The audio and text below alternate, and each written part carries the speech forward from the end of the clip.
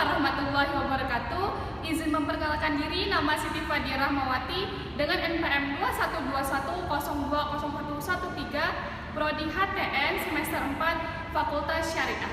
Di sini saya akan mengulas materi tentang filsafat hukum Islam dengan dosen pengampu Pak Hervin Yogi Pradita, SHI MHI. Baik, di sini saya akan menjelaskan sifat dan karakteristik hukum Islam. Di sini memiliki beberapa sifat. Yang pertama yaitu sempurna. Sempurna artinya utuh, lengkapnya segalanya. Kesempurnaan hukum Islam dapat dilihat dengan diturunkannya syariat Islam dalam bentuk yang umum dan mengglobal permasalahannya.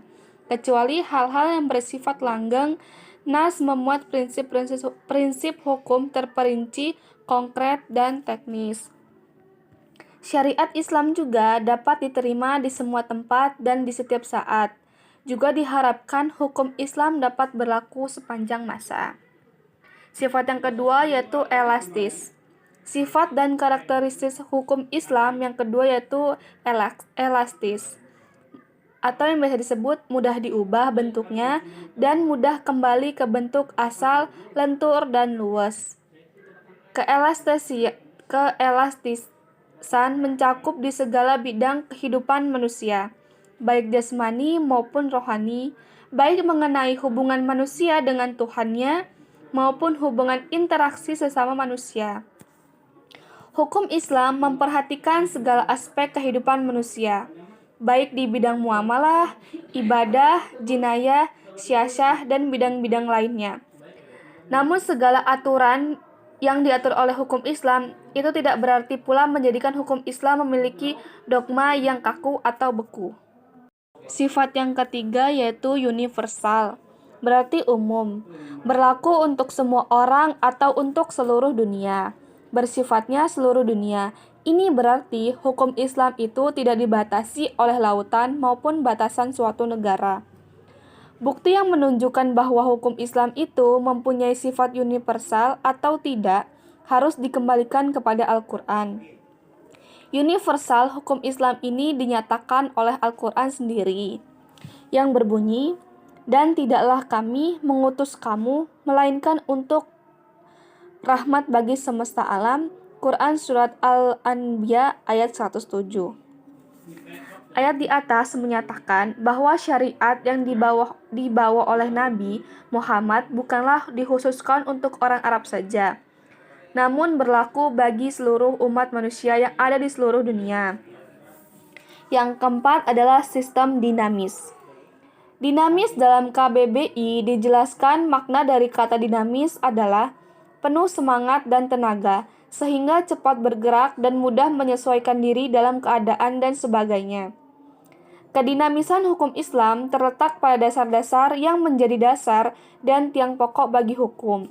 Dasar-dasar dan pokok-pokok itulah yang menjadi sumber kekuatan, kelemahan, kemudahan, dan kesukaran dalam menetapkan hukum Islam.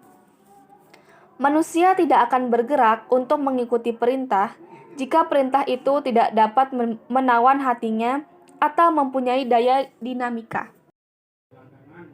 Syariat Islam dapat menarik manusia dengan amat cepat, dan manusia bisa menerimanya dengan ketetapan hati karena Islam menghadapkan pembicaraannya kepada akal dan mendesak manusia bergerak dan berusaha serta memenuhi kehendak fitrah yang sejahtera.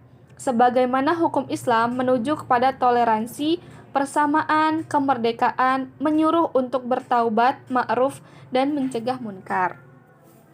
Selanjutnya yaitu sistematis. Syariat Islam bersifat sistematis, artinya ia mencerminkan sejumlah doktrinnya bertalian dan berhubungan di antara satu dengan lainnya secara logis. Beberapa lembaganya saling berhubungan satu dengan yang lainnya. Perintah sholat di dalam Al-Quran selalu diiringi dengan perintah menunaikan zakat. Perintah untuk makan dan minum diiringi dengan kalimat, tetapi jangan berlebih-lebihan. Demikian pula dengan lembaganya. Pengadilan dalam Islam tidak akan memberikan hukum potong tangan bagi pencuri bila keadaan masyarakat sedang kacau dan terjadi kelaparan. tidak akan memberikan hukuman rajam bagi pezina dan kebiasaan berpakaian yang belum diterapkan sebagaimana yang dikehendaki oleh hukum Islam itu sendiri.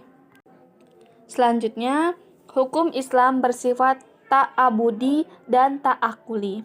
Al-Syatibi menyatakan bahwa ta'abudi adalah sesuatu di mana tujuan hukum dalam melembagakan hukum untuk membebaskan mukallaf dari perintah-perintah hawa nafsunya, agar dia menjadi hamba Tuhan dengan sukarela, sebagaimana dia juga hamba Tuhan secara amaliyah, sedangkan ta'akuli adalah sebaliknya. Selanjutnya itu bersifat ta'abudi. Lebih jelasnya, ta'abudi adalah sesuatu bentuk ibadah yang tujuan utamanya untuk mendekati diri kepada Allah, yakni beriman kepadanya, dan segala konsekuensinya berupa ibadah yang mengandung sifat ta'abudi murni, artinya, maka yang terkandung di dalamnya tidak dapat dinar atau suprarasional. Manusia harus menerima apa saja yang telah ditetapkan oleh syariat. Terakhir yaitu bersifat ta'akuli. Kedua yakni ta'akuli yaitu berbentuk dalam bidang muamalah. Ini bersifat duniawi yang maknanya dapat dipahami oleh nalar atau rasional. Maka manusia dapat melakukannya dengan bantuan nalar dan pemikiran manusia. Sesuatu dilarang karena ada kemudorotan di dalamnya dan diperintahkan karena ada maslahat di dalamnya.